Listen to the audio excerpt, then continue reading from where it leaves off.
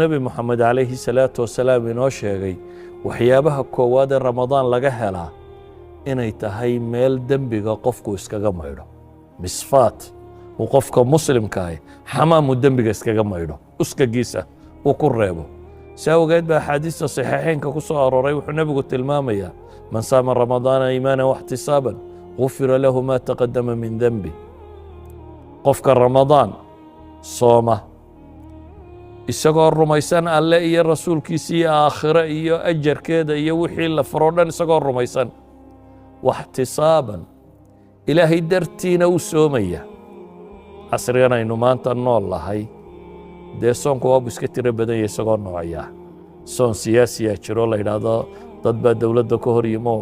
afkay xidheen oo cunnaday ka soomeen si ay qadiyaadkooda u muujiyaan soon baa jira dadka badh la isku dhuubo la yidhaahdo miisaanka si looga rido intaas inaanu wax cunin soon baa jira xataa kuwan ay yidhaahdaan malikaatuljamaalka iyo waxa kan aflaamta dhigiya kuwa kan la soomiyo oo la rabo qurux inay ku yeeshaan laakiin kani waa soon ixtisaab ah soon danta laga leeyahay ay tahay in ilaahay dembigaaga ku dhaafo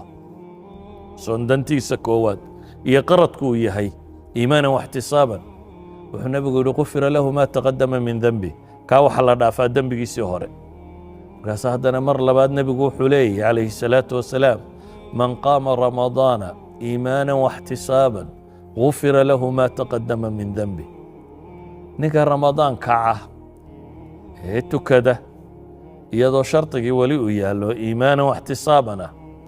gufira lahu maa taqaddama min dembi dunuubtiisa wixii hore uga dhacay baa la dhaafaa haddana mar saddexaad buu nebigu wuxuu tilmaamay habeenka laylatulqadriga ninkii kaca ee iimaanan waxtisaaban la yimaada salaad tukadoo cibaadaysta ixyaa sameeyo nooleeya gufira lahu maa taqaddama min dembi idan saddex shay buu nebigu tilmaamoo ramadaan ku jira oo saddexdaba dembi dhaaf lagu helo midi waa soonkii maalinimo la soomayey midna waa habeenkii wixii la tukanayey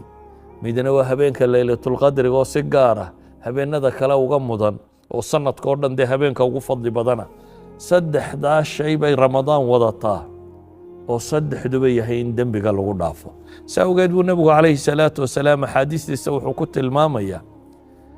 qofkan qowlu zuur iyo walcamalu bihi iyo waxaa iska tegan ilaahay cunno inuu ka tagiyo sharaab dankama laha macnuu waxa weeyaan qardiga koowaad ama qasdiga koowaad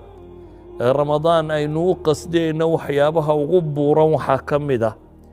inaynu u xaydxaydinno sidii ilaahay dembigeenna u dhaafi lahaa dee qofka raba in dembigiisa la dhaafaana dee waynu ka dembe joojiyaa kana hadda ramadaan baan wax walaaqaya haddana kii hore in layga dhaafaa baan rabaa dee waa mushkilad haddaad rabto cutuur iyo inaad wax isku buufiso adoo uskagaaga iyo qurunkaaga le la isma buufiye markaad dhididkiiyo waxa hore iska maydhaabaa la isbuufuufiyaa waxaan uga dan leeyahay inay noqoto bil aynu toobad keenayno oo dabeetana dembi dhaaf ilaahay subxaanahu watacaala weydiisanayno oo iimaanan waxtisaabanka la sheegay uu dhab inaga yahay saa awgeed buu nebigu calayhi salaatu wasalaam maalin buu mimbarka koray dabeetana markuu jaranjaro fuulaba aamiin buu yidhaahdaa wuu sii socdaa aamiin buu yidhaahdaa wuu sii socdaa aamiin buu yidhaahdaa markaasay saxaabadii weydiiyeen nebiga calayhi salaatu wasalaam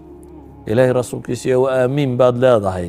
caadadaadana may ahaan jirin mimbarka markaad fuusho inaad aamiin tidhaahdaaye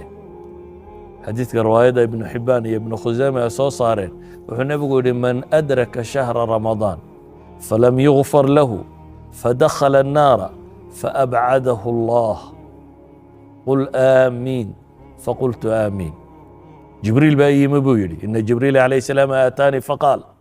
جبريل بأي موحو يري قفك بالرمضان سوى قادو إدى بيجي سلا دافي وايو رمضان والله يري سوى كادم قال لقو دافيا والقيام الليل قال لقو دافيا وليلة القدر قال لقو دافيا وحاصر لما انت يصوم مران haddana dembigiisa la dhaafi waaye naar gala kaa ilaahay naarta ha ku fogeeyo jibriil baa habaarkaa wada nebi maxamedna aamiin buu ka dabalayey waxaad qiyaastaa sayidulmalaa'ika oo ducaynaya iyo sayidulkhalqi oo aamiin ka daba leh in jibriil la duceeyo nebi moxamedna calayhi salaatu wasalaam aamiin ka daba yidhaahdo waxaa lagu ducaynayaana ay tahay